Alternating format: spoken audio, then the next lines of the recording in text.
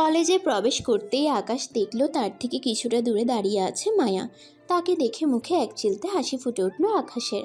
মায়া হলো এই কলেজের সিনিয়র, দেখতে অসম্ভব সুন্দর, পরিচয় কম বললে চলবে না।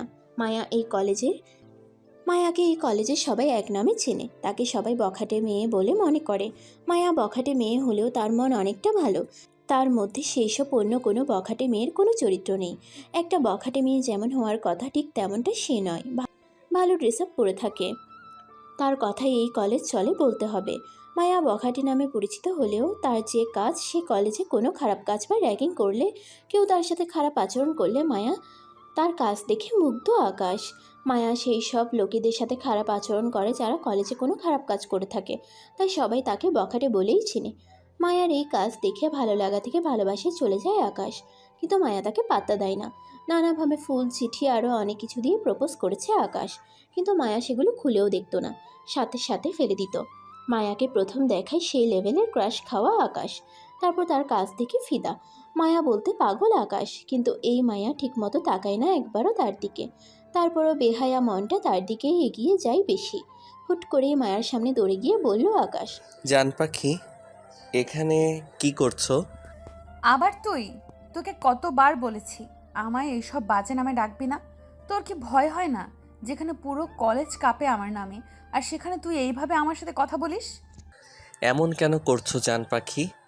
আমি তো তোমাকে ভালোবাসি, আর ভালোবাসার মানুষের সাথে তো এভাবেই কথা বলতে হয় জান পাখি। তুই আবার ওই নাম দিয়ে ডাকছিস? আজ তোকে শাস্তি পেতেই হবে। দাও না জান পাখি, কি শাস্তি দিবে? তোমার শাস্তি তো আমার কাছে আদর মনে হয়।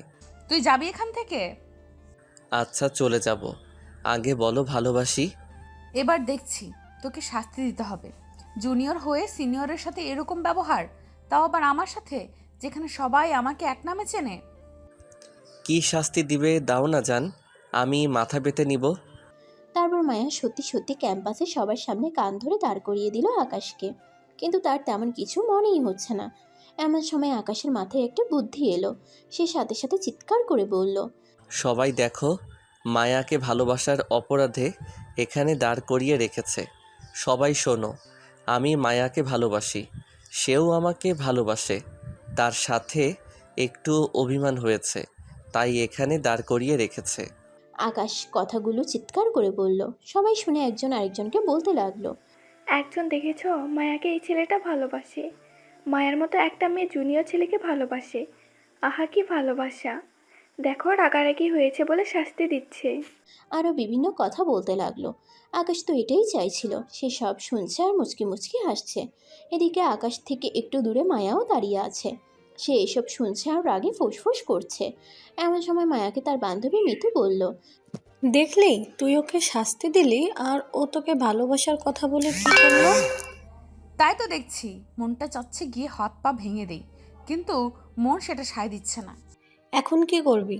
এভাবে থাকলে যদি ও আরো কিছু বলে তাহলে তো পুরো কলেজ জেনে যাবে। ঠিক বলেছিস। এদিকে ক্যাম্পাসে সবাই শুধু এই কথাই বলছে।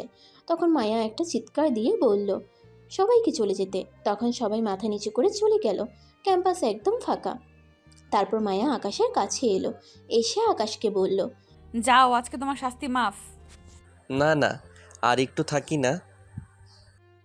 তুই যাবি এখান থেকে? রাগ দেখাচ্ছ কেন জান পাখি? আগে বলো ভালোবাসি। ভালোবাসি বলবো, তাও আবার তোর মতো জুনিয়র ছেলেকে? হাসালি আমায়। বলতেই হবে। একদিন কি একদিন, আজ বলছো না তবে একদিন ঠিকই বলবে। মরে গেলেও বলবো না। এই তোর ভয় করে না আমার সাথে কথা বলতে? এবার আমার সামনে এলে হাত পা ভেঙে রেখে দিব।